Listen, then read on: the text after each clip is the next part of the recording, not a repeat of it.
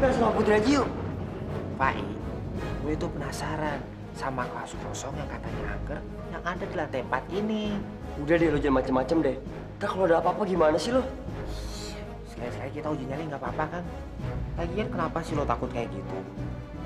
Kita ini kan manusia, Manusia itu makhluk yang paling sempurna yang udah diciptakan oleh Allah. Jadi kenapa lo harus takut sama yang namanya hantu?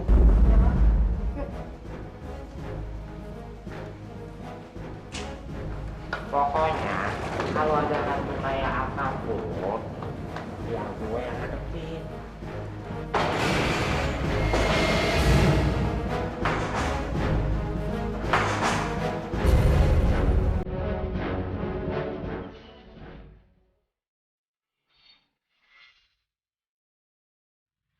Wan, ada orang, Wan. Gila ada orang. Emang kita ini apaan? Kambing? Serius, bego. Masuk dulu di depan kelas ada orang. Takut banget sih lo.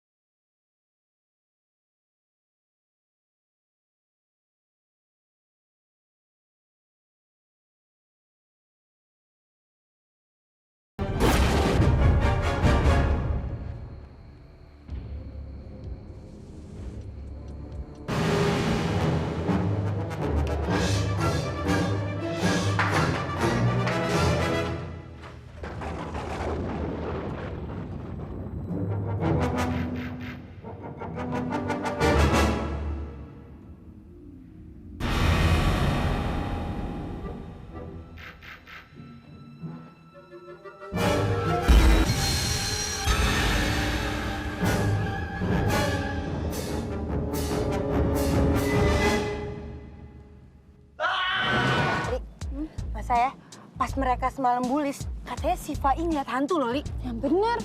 Lo tuh kayak gak tau mereka berdua aja.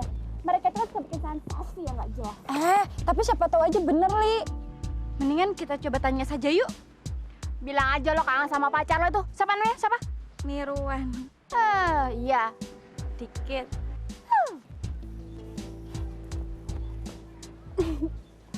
Lo yakin yang semalam lo lihat itu hantu? Bener, Wan. Masa gue bohong sih? Hantunya cowok apa cewek?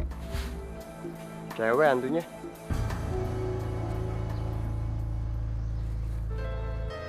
Hantunya cakep nggak? Boro-boro cakep. Ih, serem gue mah. Hantunya kayak apaan sih? Kayak Paris Hilton ya? Paris Hilton. Hantunya pakai kerudung. Kerudungnya kotor. Udah gitu, kerudungnya banyak bercak darahnya. Terus hantunya pakai sepatu sport. Sepatunya juga kotor juga, banyak lumpurnya. Terus hantunya pakai baju nggak ya? Ya pakai lah. Emang hantu bugil apa? Gimana sih lo? Hantunya itu seksi nggak ya? Gue heran sama lo dari tadi. Lo mau dengerin cerita porno apa cerita hantu sih? Dari tadi gue dengerin lo mupeng aja. Mupeng apaan? Mupeng mah muka lo gepeng. Mupeng, muka pengen. Porno lo ah. Gue jadi kepengen ketemu sama hantunya itu. Hantunya itu kayak Mardiah nggak ya? Bodoh ah. Cakepan mana sama Mardiah, orang tanya kok.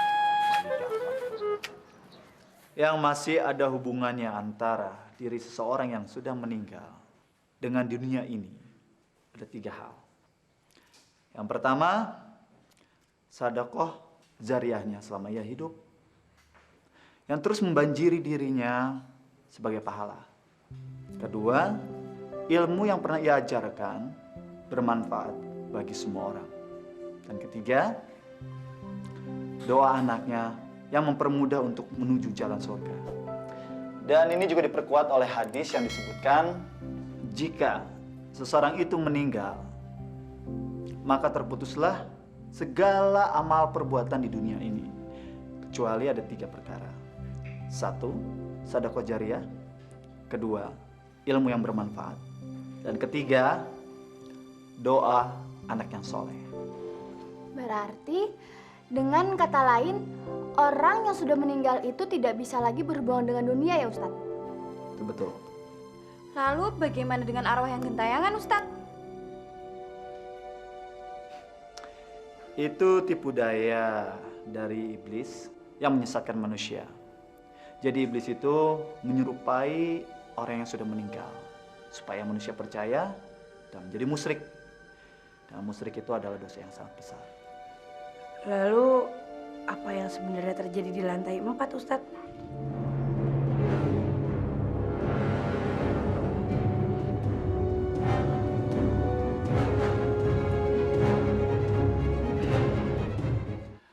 Badan wakaf sudah menunjuk orang lain menjadi pemborong untuk merenovasi dan sekaligus mengadakan peralatan di kelas di lantai 4 itu. Pak De ini gimana sih? Udah tahu punya proyek, dikasih ke orang lain. Saya kan keponakan Pak De sendiri. Saya ini pemborong. Kenapa proyek itu tidak diserahkan kepada saya, Pak De? Pak De tahu kredibilitas kamu sebagai pemborong. Pak De tidak mau proyek ini nanti kamu salah gunakan sebagaimana kamu pernah memborong proyek-proyek lain. Itu sebabnya Pak De tidak mau menunjuk kamu. Kamu tahu, Zahra, proyek ini dibangun dengan dana umat yang harus bertanggungjawabkan Pak De secara benar kepada masyarakat nantinya. Pak De selalu menyudutkan saya. Pak De itu tidak menyudutkan kamu. Tapi Pak De itu ingin kamu berubah. Kalau begitu, berikan proyek itu kepada saya. Nanti Pak De akan lihat sendiri kalau saya sekarang sudah berubah. Artinya kamu belum berubah.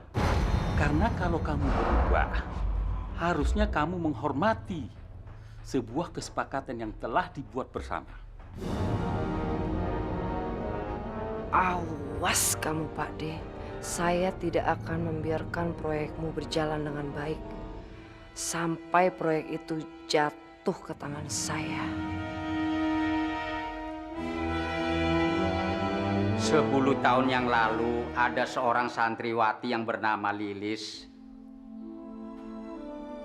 yang meninggal dunia dengan cara meloncat dari lantai 4 gedung kelas itu. Kenapa dia bunuh diri, Pak Maman?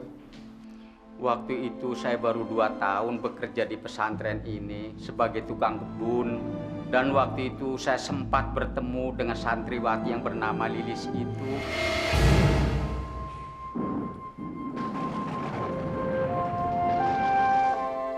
Neng Lilis? Kenapa lagi Neng Lilis belum kembali ke asrama semenjak tadi pagi? Apa Neng Lilis tidak dikirimin uang lagi? Iya Pak Maman. Ayah sekarang lebih mementingkan istri barunya dan anak-anak perempuan itu. Apalagi ibu sekarang baru melahirkan anak dari suami barunya. Saya sudah terasa dicampakkan sama kedua orang tua saya. Pak Maman kan pernah kasih tahu sama Neng. Bilang saja sama Pak Kiai Bukin supaya diusahakan beasiswa.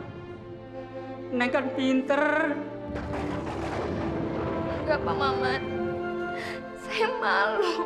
Kenapa mesti malu atuh Neng? Kalau Neng tidak berani bilang sama Pak Kiai, sok saya yang bilang. Enggak Pak Maman. Terima kasih. Ya sudah kalau begitu, sabar saja dulu. Sebaiknya Neng sekarang kembali lagi ke asrama. Nanti kalau Neng perlu saya untuk bicara sama Pak Kiai, kasih tahu saja sama saya. Assalamualaikum Neng Lilis.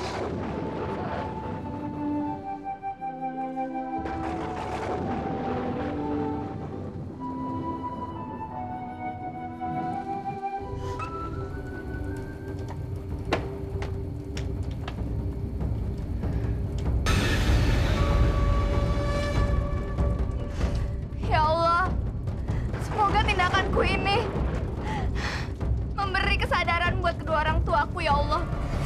Aku tidak ada pilihan lagi, ya Allah. Kenapa perasaanku jadi tidak enak begini ya?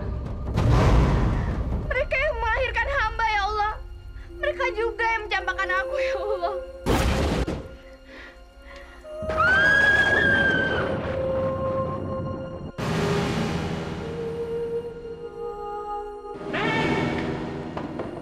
Astagfirullahaladzim. Lilis. Dan tak lama setelah kejadian itu, kelas di lantai 4 itu pun seperti dikosongkan. Kenapa dikosongkan, Pak? Apa karena santriwati pada takut ya, Pak? Saya mah tidak berpikir begitu. Lalu, kenapa Pak? Mungkin karena tempatnya yang terlalu tinggi, sementara masih banyak kelas-kelas di gedung-gedung lain yang tidak bertingkat. Sehingga Pak Kiai lebih memilih kelas-kelas yang di bawah.